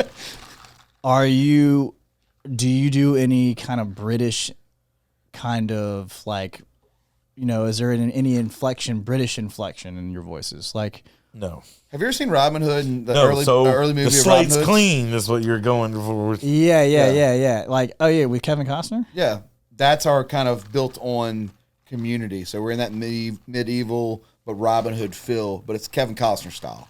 Got it. So he's an American Robin Hood. Yeah. Okay. But the community, think about you're in that town. I'll give you all right, here's my Toro voice. Oh, what are we doing today? I don't know, brother. And that's where that's the old voice. Okay. I'm trying to change it up right now because I don't feel it hurts. But too much. I did realize I didn't have quite as vast of a range that I was hoping for. Like I got So maybe you 3 or don't 4 flex the characters. accent? No, not yet. Like we're saving that for the next guy. I mean, what I didn't want to make it so hard I couldn't recreate it. We'd rather Got tell you, it, got it, got but it. we'd Yeah, rather yeah. tell you the story over the voices because we're trying to tell you a story. I understand. If you can It's like follow, laugh at our joke. yeah, it's like our podcast. You're like, if you could, this is what episode 189, not 190. And if you don't watch it, we don't care. If you do Yeah, watch it, fuck we it. want viewers, but ultimately it's back to that I'd rather- creative freedom in the release and just rather have 100 true followers. I mean, honestly, let's fuck having 1,000, 100 true like creative People who are minds. fans. Absolutely. People that are creative, like, hey, when's the next episode? We probably need to reach out to you guys too if y'all listening. Like, if y'all have a good, could you send us to our Facebook or Instagram or just send us a message. JordanandMatt@gmail.com. Can you do a kind of like, could y'all video and do a voice for us so we can find more Yeah, characters? accepting voice application. We would like to think about it. You got our numbers, texting to us. If you got our handles, you can DM us. You'll find us. But please, like, 'cause probably could really help us out. 'Cause This that's- might be a good deal, might not be. Our inbox might be full. Like the one time we asked about people to submit their dreams so we can interpret dreams. Oh my God. Anyway, man, look, it's been a pleasure having you on the show. Thanks, man. We've been running now for a minute. You want to call in? Let's call it. Tell everybody where y'all are at, where they can find you. If they're gonna do Okay, so we service the southern 6 counties of Mississippi, state line to state line. So we go all the way to Louisiana and Alabama, 2 counties up. Our office is on Dido Road, 13300 Dido Road. We're there Monday through Friday. You see our guys out in the market every day. We're just... Tell them about Bottled Up. Where's that? Where can they find You can that? find Bottled Up on our website, allenbeverages.com. We post it on our YouTube page. We have it on Instagram. You can go at wherever podcasts are found. You can go to the podcast link on Apple. everywhere. Audible, Spotify. I think we're on Spotify. I don't think we're on Audible. I think we might be on iHeart too. But just if there's anybody out there listening who wants to do business with a company that's locally owned, I mean, we're the only locally owned company on the coast, soft drink company on the coast. If you want to do business with somebody who actually cares about whether your business succeeds or not, give me a call. Heck yeah. Andrew, appreciate you coming, dude. Thank you. Come back for part 2. Yeah, we'll do a Sure, part 2. yeah, I say we- we do part 2 in the factory. Oh, that'd be dope. In the shop, Can I maybe in that drive break room when we drop off their very own. I gotta get an attorney to draw up some paperwork, a I got you one. liability paperwork. And also, guys, keep in mind though, Allen Beverages is a family-owned business, and it's all about the coast. If you're from Right. we're coast rats. We're from Latimer, you know that. Yeah. It's about the coast. Yeah, so go like us, Facebook, YouTube, Everything. Instagram. We love you. Thank you so much. Thank y'all. Take care.